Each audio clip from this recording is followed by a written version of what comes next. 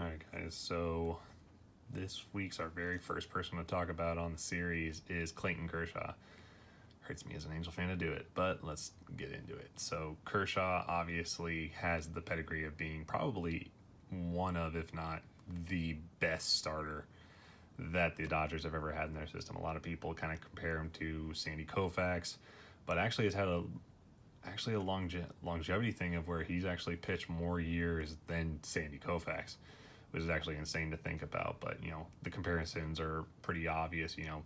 Solid lefty starter, your ace of the staff, disgusting curve, probably one of the deadliest curves of all time in the game. Now, when it comes to Kershaw, obviously you have to talk about playoffs, regular season. He is obviously one of the best regular season pitchers of all time, with the worst postseason record of all time. It's kind of been known. I mean, given they won the World Series this past year, but before that, Kershaw was kind of known as being a choker. And it was unfortunate, but it was kind of true. Year after year, could not get it done as a pitcher. He kept getting shelled in the playoffs. So it was amazing to me that a guy of his caliber, especially of someone of his seemingly mental toughness of not being able to get it done once October hit. Now, the thing that I really wanted to talk about Kershaw was actually his mechanics, mainly just in the way he throws. So Kershaw is a guy who throws pretty over the top. Kind of he's your prototype of an overhead pitcher. But the problem is that I think that's why, especially now that we're in the later years, he's seeing so many injury problems. I know especially his back has not been favorable to him.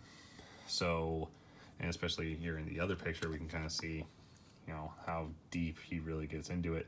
But that's not really the issue. The problem for Kershaw in the way he throws is that because he's an over-the-top guy, he leans back a lot, and when he throws, he's a lot of arm and doesn't really rotate well on his axis. So what I mean by that, obviously, I'm gonna talk about this kind of in later videos when I talk about mechanics. But Clayton Kershaw really rotates deep into his lower back.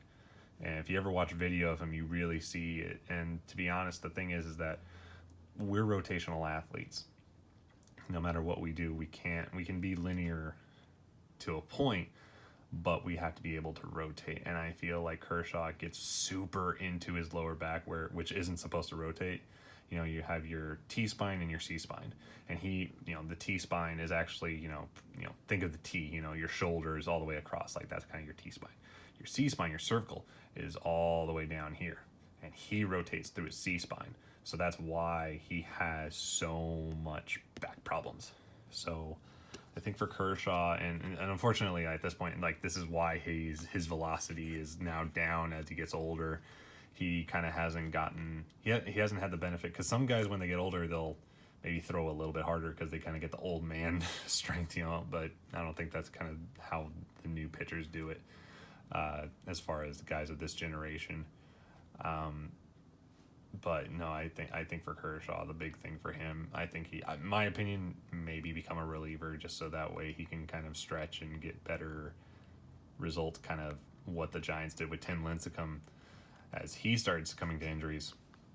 Is that may be the call for Clayton?